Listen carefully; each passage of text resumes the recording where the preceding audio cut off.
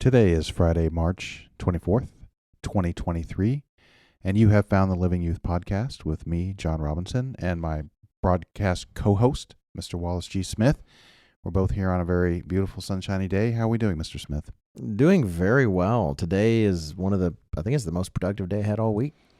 So Mr. Smith outlined to me this morning that he had two options. He had the option to go through all his little things on his list and clear those out, or tackle something big. And I think you went small task, right? I did. The big thing I think I'll reserve till Sunday, even though it's not technically a work day, work-wise, because I want to focus on it. But the small things, and that's part of why it feels productive, is so many check marks. Just see the check marks flying. It just feels so good. A series of dopamine hits. It really is. Okay, so what's our podcast topic today, Mr. Smith? Our topic today is mindful of the spring holy days that are really, literally just a week or two. Really, it's not. They're very close. We have Passover and the Days of Unleavened Bread coming up. So today we are going to reflect on some deleavening experiences and the meditations they produced. Oh, that sounds like a great topic and timely. Let's do it.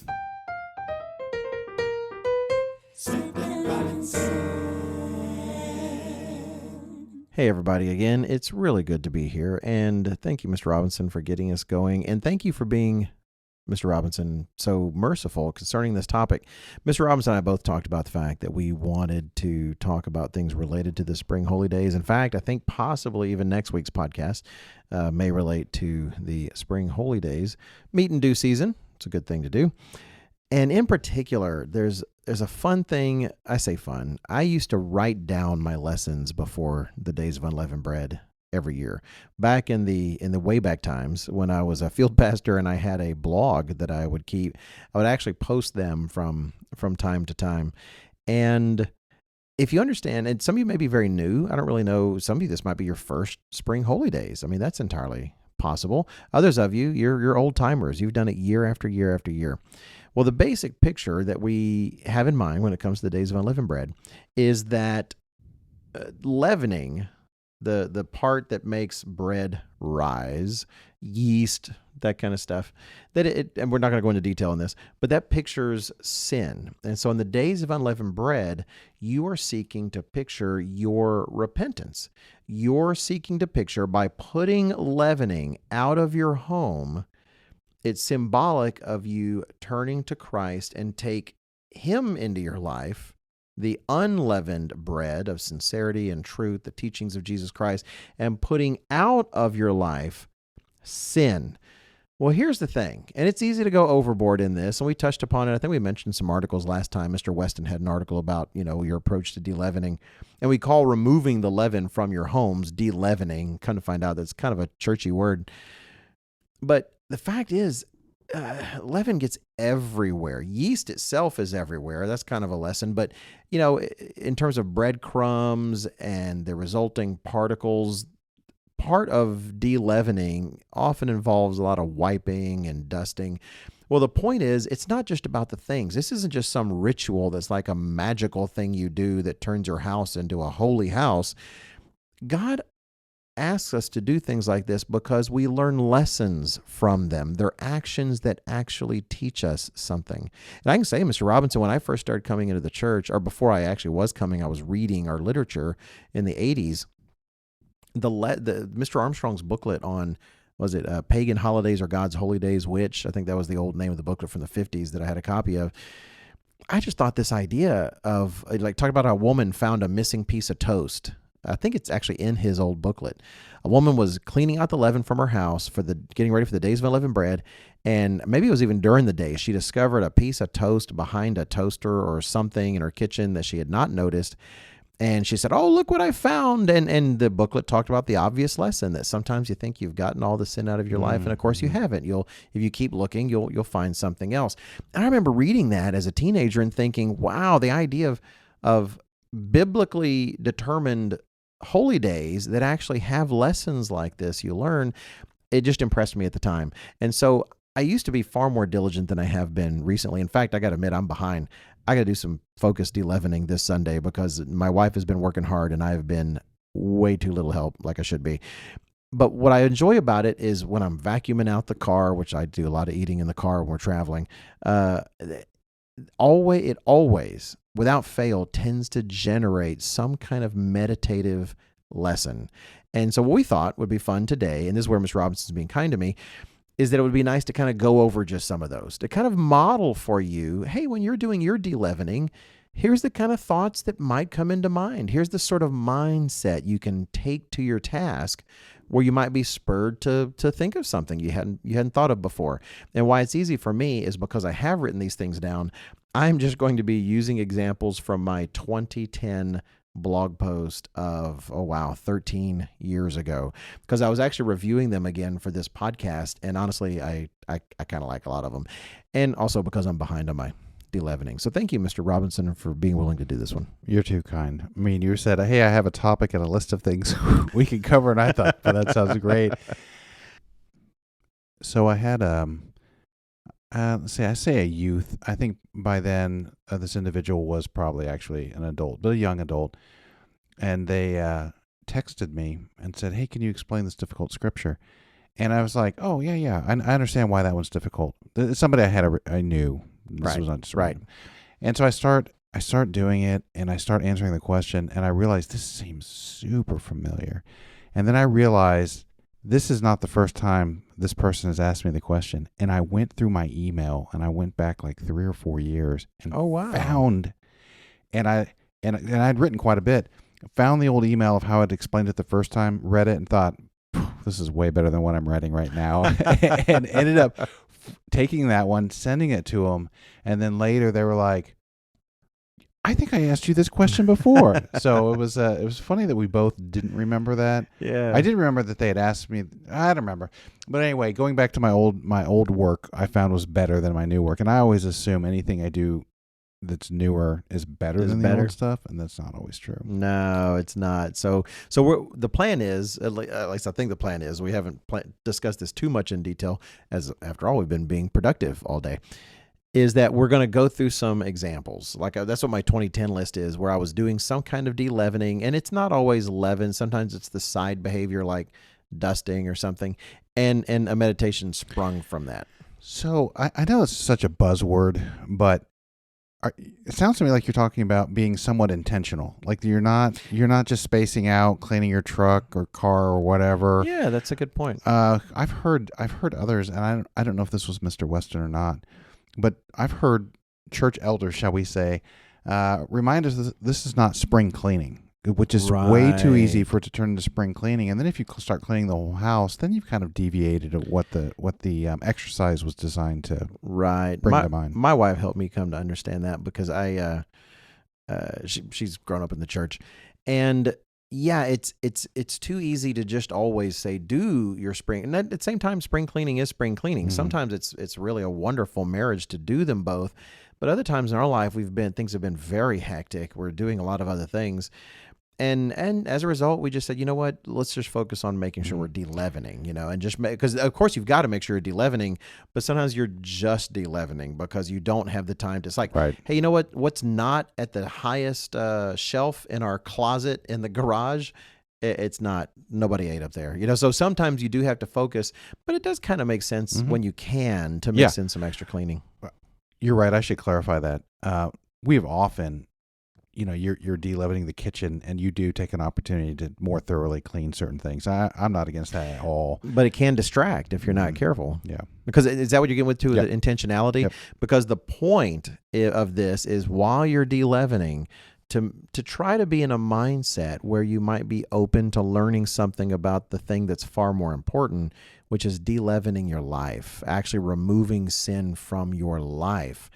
And I hope that what we talk about today illustrates some of that, how the kind of things that if, even prayerfully mentioning in your prayers in the days leading up to Days of Unleavened Bread, hey, Father, I don't know what I might learn, today, but if there's an opportunity for me to pick up a lesson fitting for the season about, here at the Days of Unleavened Bread, then help me to do that. I picked up another tip over the years, and I think this is a pretty good one. What you're talking about is having God maybe bring out something to your attention. And somebody told me, say, always append that with "in your mercy."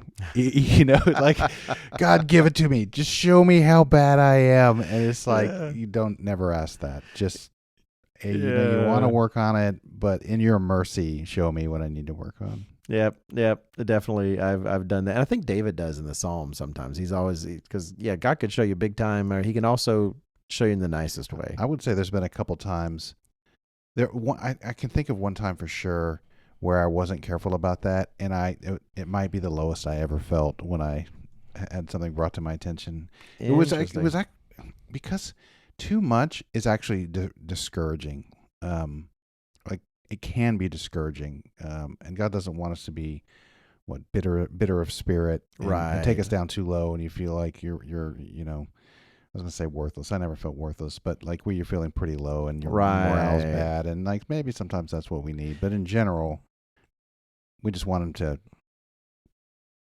Well, I don't want to over-articulate too much how God approaches things, because his ways are vast and infinite, and he does many things many different ways. But I think in general, in my opinion, God tends to be trying to do it in the most encouraging way possible until he can't be encouraging anymore, and then it's a little firmer. I think so. And actually, I think the Days of Unleavened Bread and preparing for them and the meditations of the day actually present one of those opportunities where it's almost a tool he is designed to help him do things more gently. It's one thing when you make a terrible mistake and you're surrounded by the horrors of the consequences, and that's the dawning moment when you realize, wow, I can't believe, I'm a monster. Versus when you're vacuuming the floor of the van, it's like, oh, well, this just reminds me of this. Oh, I need to think about that. It can be far more gentle. But regardless, it is a teaching tool. And I think that's what you're getting to with intentionality, Mr. Robinson, is making sure you don't just think of it as an exercise. You're not trying to sanitize your house necessarily. But you are trying to use it as a teaching tool for yourself. Let God teach you through these things. And especially since we do have not just teens, but young adults, and some of you young adults do have little ones, let those little ones do their job. If someone has you've got a classroom, why not let the kids help clean the classroom if they're always eating peanut butter and jelly sandwiches in there? They got their bedroom. Man, let the boys. In fact, does it mean it might be a little less efficiently done? Sure. But how much more important for them to get in that habit, and even to teach them and make that point, hey, this is just like we're busy scrubbing our lives is doing this. So no, I couldn't agree more. Like, awesome. I know sometimes we feel like the kids are in the way and you got to get stuff done, but man, if you don't get them involved in that kind of stuff when they're young, and they love it. They love to be a part of it. Yeah, they really do, until they don't. So definitely get them in there early so they do learn. I remember, there's a time when the kids thought doing something like that was cool, and oh boy, I got tales to tell, but that would be a different podcast. All right, let's jump into. Do you want me to go first, or would you like to go first? All right, then I'll go first. I have no list. You have the list. Oh, that's right. Well, hey, if you have a moment that comes up, feel free and mention. It'll be like watching a football game. You're the play-by-play guy, and I'm just add color a little here and there. Oh, you think so? All right. Well, I like to think I'm the player, and you can add. Nah, you never mind. Your analogy works better. Okay, here we go. So I'm just going to read these from my old blog post, frankly, because I'm feeling lazy, and I did write it a certain way. It's a little painful because I didn't have any editors, and as a result, I'll see a typo sometimes, and it just kills me that it's out there. So here we go. You warned me of that, and I'm like, I wouldn't worry about it. Okay, here's what I wrote back then. I said, so I eat at my desk a lot. I wouldn't say it's because I'm eating a lot, but I'm at my desk a lot. And the desk is also, this was true back then. The desk was also home for our cat 50 to 60% of the day. That's because the cat was a lazy bum and would sleep all day like cats normally do. They're not really lazy bums. They're pretending to kill all sorts of things. In her case, she was truly killing lots of things. But she was there so frequently and would just lay on top of my papers or something. We put a little bed up there. So she would actually just lay down up there. It was real small. Well, so that's what I mentioned here. Sorry, get back to what I wrote. We recently put a basket and a pillow up there, and she seems to like the high vantage point it provides for her, up and away from the ferret-based interference. That's when we had ferrets, and she definitely did not like the ferrets. So you could say she liked the Obi-Wan position. She definitely preferred the high ground. So I said, well, to de-leaven properly, I had to move the basket while she was in it. That is, I'm taking care of business. I'm cleaning up my crumbs. And she was there, and I had to say, look, I'm sorry, you got to move. And she clearly was not happy, as her goofy cat facial expression told me. All right, now here's what I wrote at the time. This is 2010. So what lesson did I gain? Because I did ponder that. Yeah, I did think about it, right? Just a little bit. And I know this seems silly, but honestly, that's sometimes it's little moments like that where you catch an insight. And it made me think. This is what I wrote down at the time. So what lesson did I gain? Sometimes in seeking to change our lives and remove sin from our lives, we do inconvenience other people. It may be those who used to enjoy sin with us, or it may be family members and close friends for whom our new way of life is unexpected and confusing. But we don't fail to address that sin just to keep from inconveniencing them. We show them love and understanding and make the change as pleasant for them as we can within the scope of God's law, but we change anyway. And then I had this cruel comment I wrote, of course, inconveniencing the cat is just a bonus. I really, it's funny. My wife always says, you always say mean things about cats, but so you've had for years, you have cats.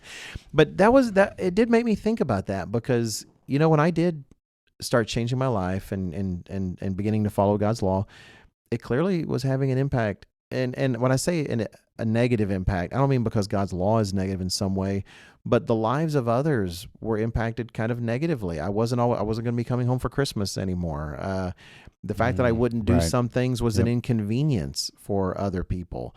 And the lesson being, you can't let that be an excuse. Whenever there's sin in your life, you get rid of sin. You don't let that stop you. Yep. That did trigger a thought with me. I have to leave out a lot of details, but when I was younger, say I was probably 21, 22, I had a group of friends that I ran around with, and we were doing very little that would be considered profitable. In fact, we were being kids. I developed a lot of bad habits, and I don't even remember like what the tipping point was.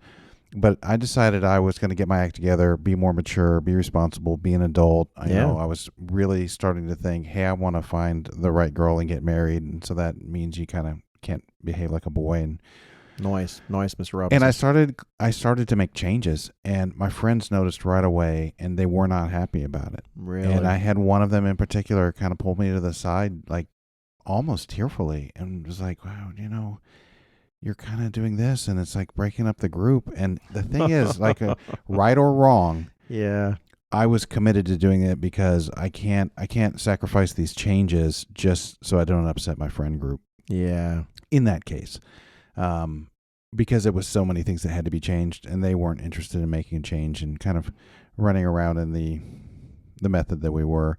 And so, that was one time I was quite determined, and it did upset some friendships and some relationships. Wow. When I began attending, I was dating a girl. I was a freshman in college, and there was a senior in my old high school that I was dating, and really nice girl. I mean, it had been a really good friend. But after a while, I learned that you want to marry in the Lord, and so you want to date in the Lord, right? You shouldn't date people that you actually can't marry.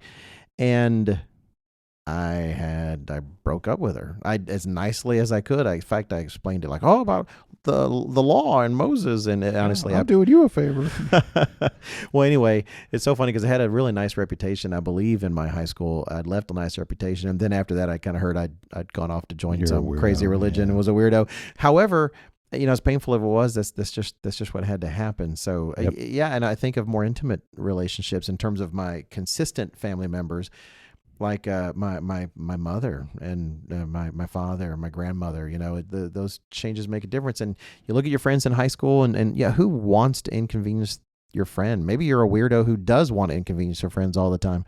However, when it comes to that devotion to God, that does have to come first, and you get that sin out and let God take care of the details. You are never too young to take a principle like this. Like you're starting to set a pattern in your life, and God is taking note. You're not too. In fact, God would be very, very proud of you if at a young age, especially, you kind of broke with the group or whatever, whatever's going on. Yeah. I don't even want to be too specific about it. And you took a stand because you knew that was the best way to go. That was the more godly way to go. And Absolutely. It's like, you as an adult, I talk about moments with my kids I really remember that are important to me, that bring me joy. And, you make that choice as a 13, 14, 15-year-old, whenever it is, in the future, years from now, God looks back and those are the moments he'll be talking about in your relationship with him. That when you made that call, how proud he was of you and what a difference it made and how it opened a door for him to do other things in your life. All right.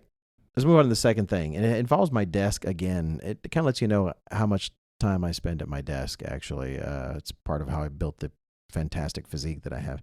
So, speaking of the desk, here's the second point.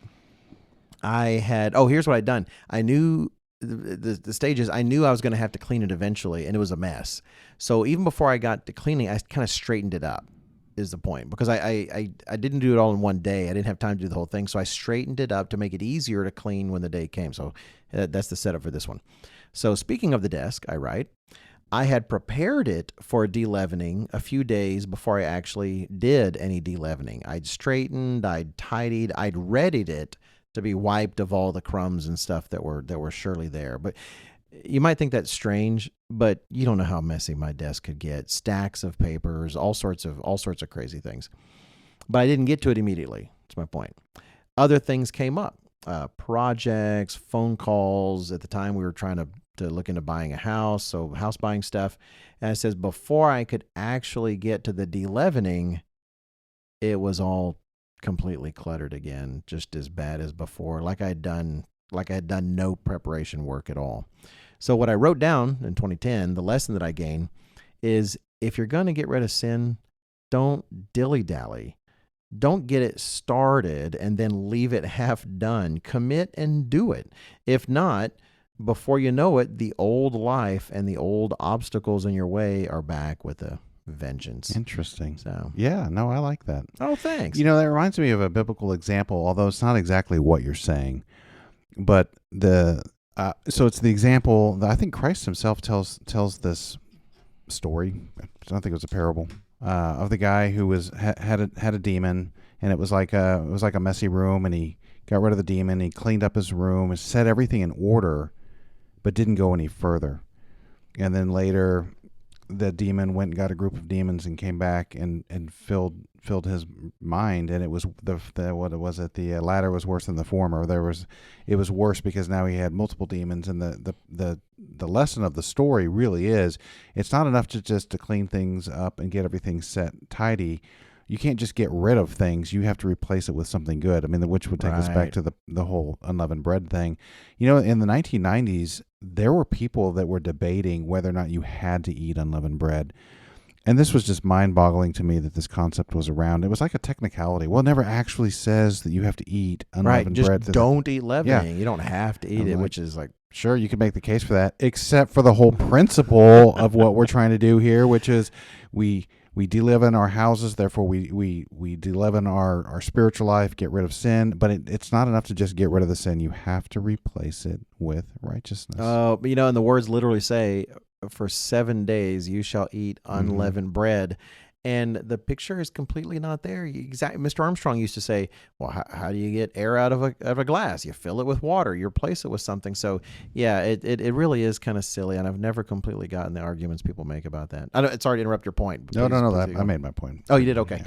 Well, before we move on to the next example, I hope that we're already kind of picturing what we're talking about, that, what is moving a cat to do some dusting for crumbs on your desk have to do with eternal life, or for that matter, the idea of straightening your desk to do something, not getting to it, and then coming back. But that's part of what we're talking about. I think one of my favorite, maybe because it's just so blatant, examples of meditation in the Bible. Because part of meditation is you prepare your mind for things, and you're filled with scriptures, you're filled with your readings, and you just have an opportunity, and you end up kind of thinking about something. Anyway, is Solomon walking by this vineyard that had fallen into disrepair. And he said he looked at it and it's got thorns and weeds and the wall was broken down.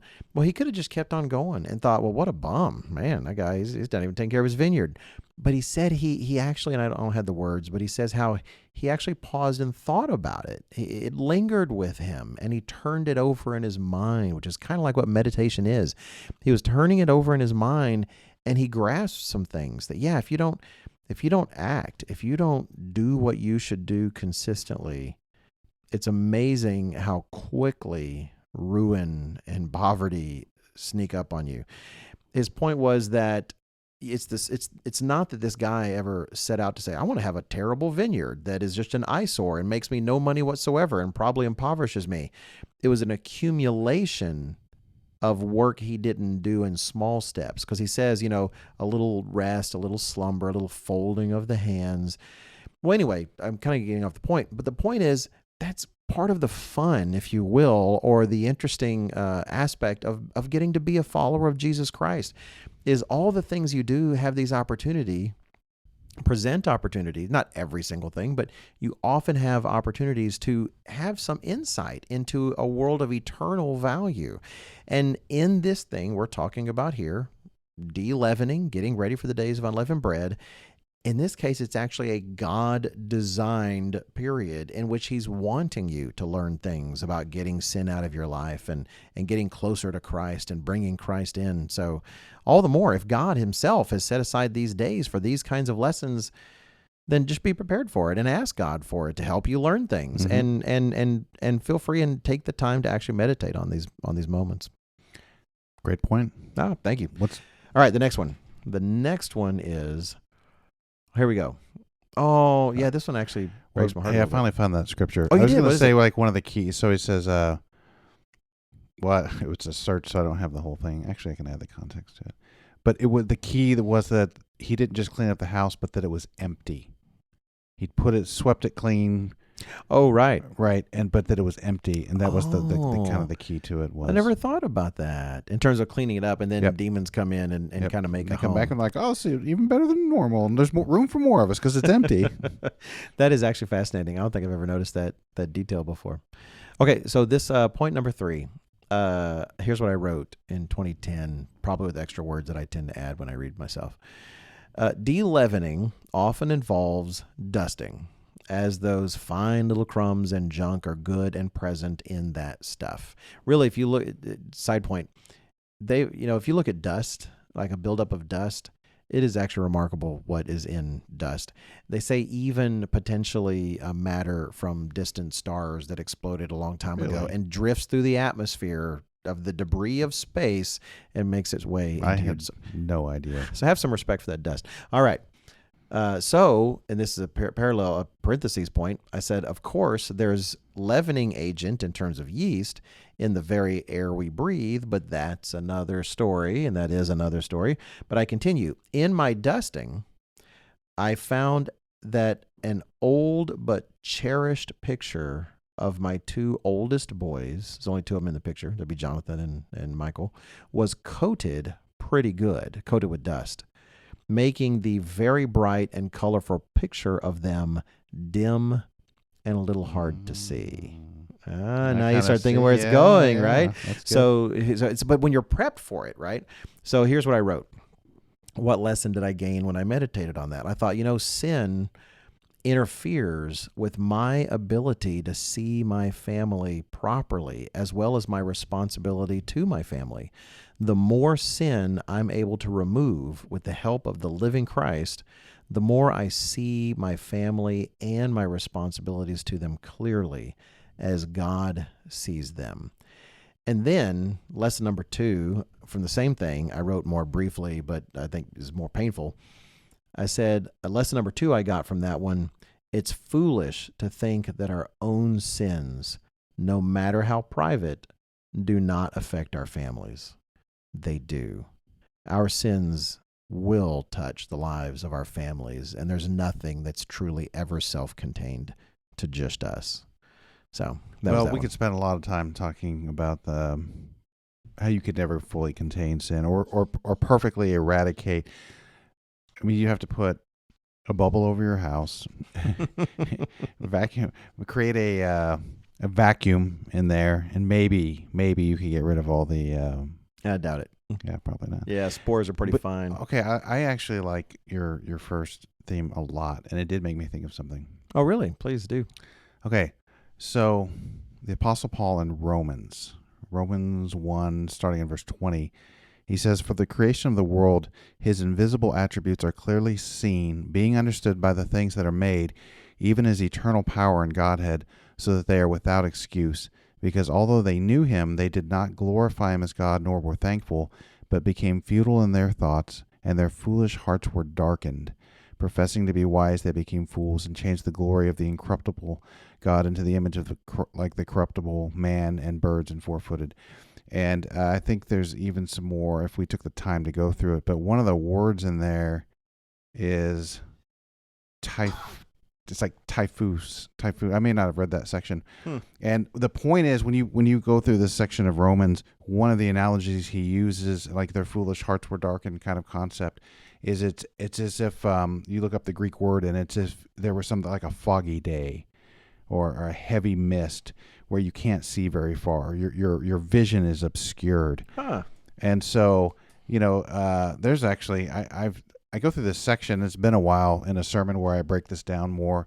But when you go through this whole thing, Paul puts together this whole logical progression where you kind of start off by not aiming at God, and then you pick up idols that take you off even further. And pretty soon you're not even seeing the world clearly, and you kind of start making up your own foolish ideas. And then you get more and more blinded to pretty soon. It's like you're walking around in a foggy bank. Yeah. So kind of like your dust picture analogy. Well, that might touch on the next one that I'm going to mention.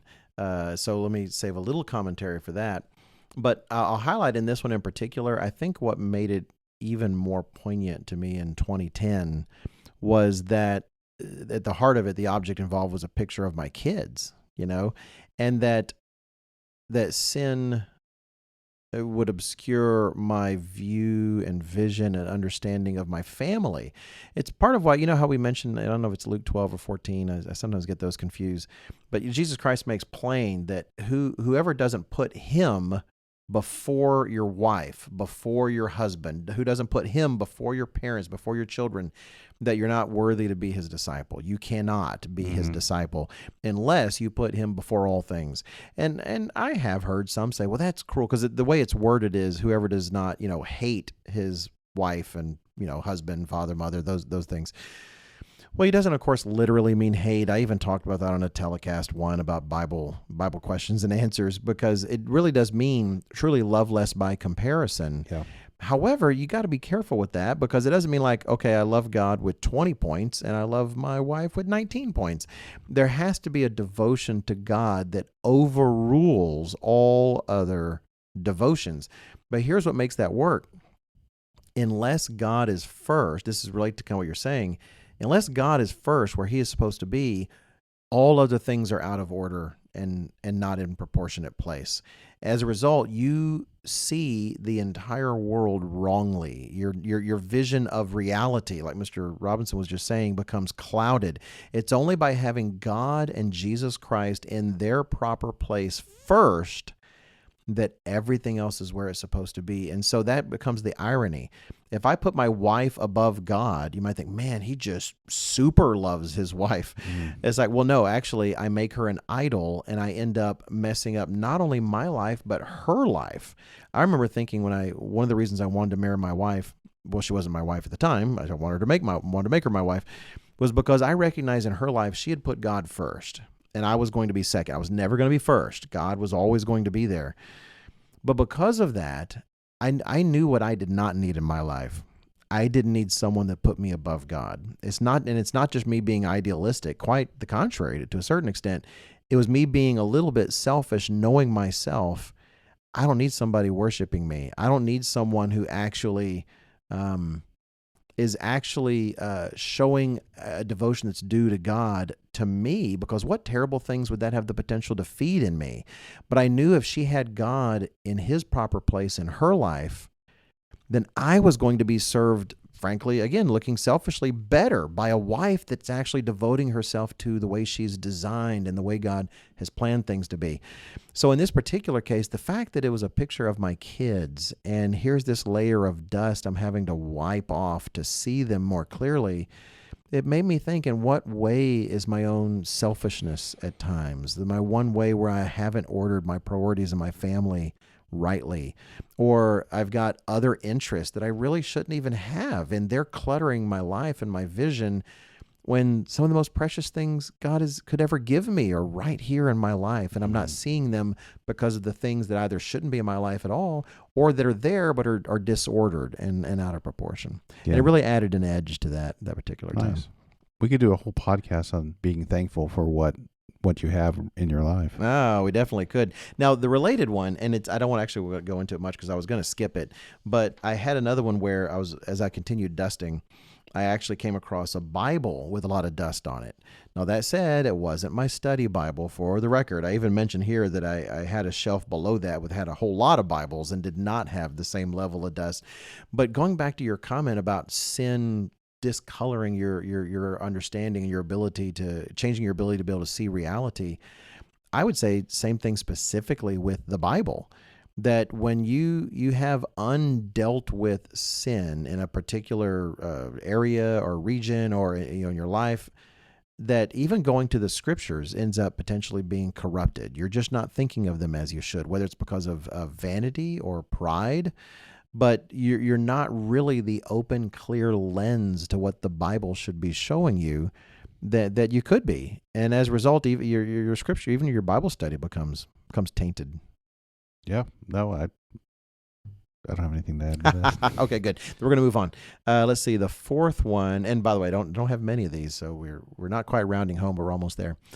And this is the tradition must have been in place then that is still in our family, which is I tend to clean the cars. Probably because it's usually the last thing that's clean because I haven't done it, and so I start cleaning the cars. But really, all the more in the ministry, I was so often driving around and eating in the car, it almost made that much more sense, even though our whole family was. So regardless, the cars would be my responsibility. So here's what I wrote back in 2010. In cleaning our van, there was a whole universe of crumbs awaiting. The most difficult spots were in the back, where our kids would fail to throw away some bread-related item, such as the tip of a hot dog bun, abandoned when the dog ran out before the bun. Your kids are eating, because our kids were in the car with us constantly. You give them all hot dogs, and you finish the hot dog, and there's still a bit of bun, and they're going to eat a dry tip of some hot dog bun. Next thing you know, it's on the floor. Well, let me say this. So true. Look, they don't currently do that, as best I can tell. So, well, less. I was thinking about my own kids. I'm not even throwing shade at your kids. I was like, oh, my girls will hate this. I was surprised how much of a mess they could still make when they're fully adults. Oh, yeah. Well, I tell you, my kids were professionals. I remember we'd be cleaning that car, and we're seeing ketchup in places I can't fathom how ketchup. I remember one of the boys. I won't say his name, but it rhymes with Schmenjamin. He had ketchup behind his ear once. I thought, son, how did you have like a fry back there to enjoy later? That's a professional ketchup placement. Okay, but here's the point. So the tip of the hot dog bun. So not thrown away, the item rested on the van floor or under a seat where it dried, crumbled, and was eventually ground into the fibers of the carpet and much more difficult to extract. That's excellent. Ah, right. So, and actually, even in my thing, I give my wife credit. So here's what I wrote at the time. I said, this lesson came courtesy of my wife's meditation. How much easier would it have been if those hot dog tips were tossed out at the beginning like the garbage they were? When we discover sin, toss it out then.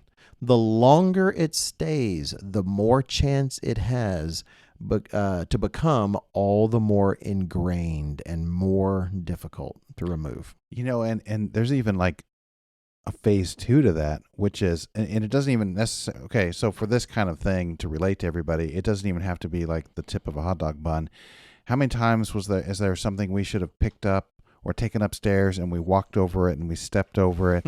You know, for all we know, the tip of this hot dog bun was actually in plain view for a week, and finally nobody got it, and then it either rolled or was kicked under the chair, and then of course ground into dust. That's so a great point. I didn't even think about it. After a while, you don't even see it anymore, but it hasn't gone. It's still it's there. not gone anywhere. Wow. Yeah. Okay. Well, thank you for that, and thank you to my children for being such slobs that they would it would enable me to learn this lesson. These days, some of them can look at me and say, "Dad, I think we've improved. Have you improved since then, Dad?"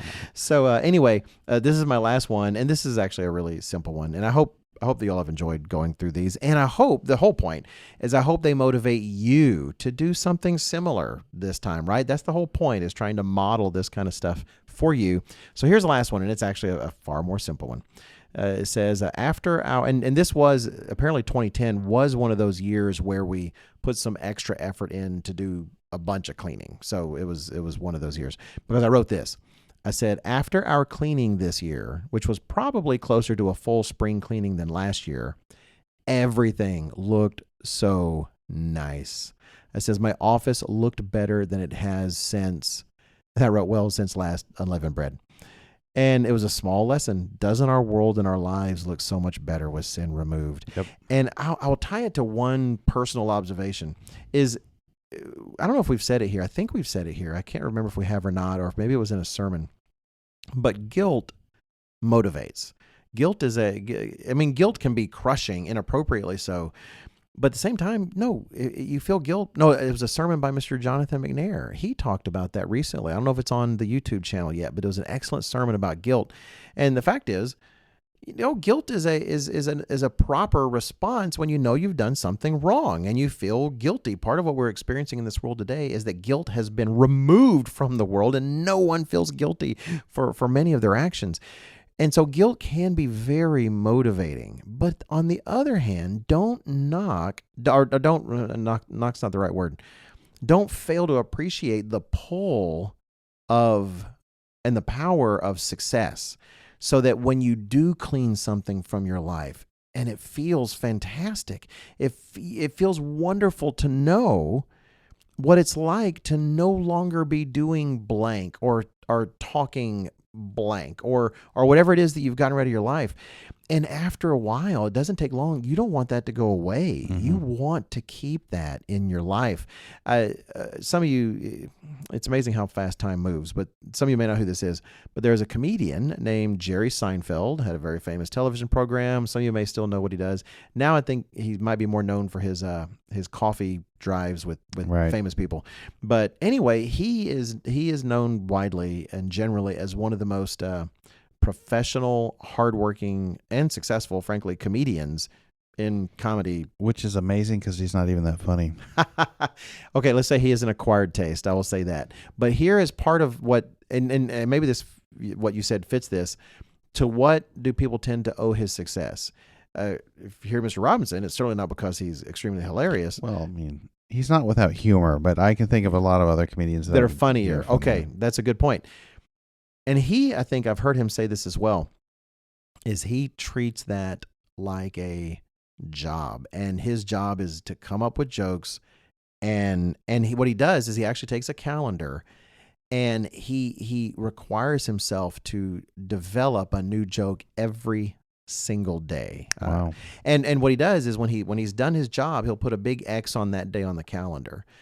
And he said part of what it becomes so motivating, because after a while, you don't want to break the chain. Mm-hmm. You've got these several months, and there's an X on every day, and there's not a break in between. And it's like, I'm not going to let today be the day, that I broke that chain. And when you do begin getting sin out of your life, and you start to experience, and maybe, if we're talking to most of you in the church, hopefully you're not steeped in sin somehow, but at the same time, yeah, you still are, and there's things here and there because you're not perfect. There's something that you will discover or meditate on in the days leading up to Days of Unleavened Bread as you're examining yourself. Don't discount the joy that is available from knowing that this thing that you've struggled all this time with, it's gone. And even if you haven't struggled with it, but you finally decide to address it, you've been putting it off. It's like, I know I've got this problem, but But no, you decide, you know what, I'm actually going to address it. I'm actually going to address it this time. I'm not going to let it go this year.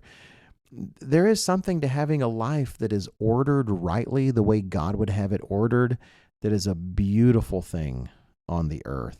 It's so beautiful. It's what he plans to make the millennium of, a world of people whose lives are ordered rightly. We talk about the beautiful environment and the food and all the wonderful things about the millennium. The most beautiful thing to God will be a planet full of people whose lives are ordered according to his laws, his love, seeking Jesus Christ in their life. That's going to be what's beautiful to him.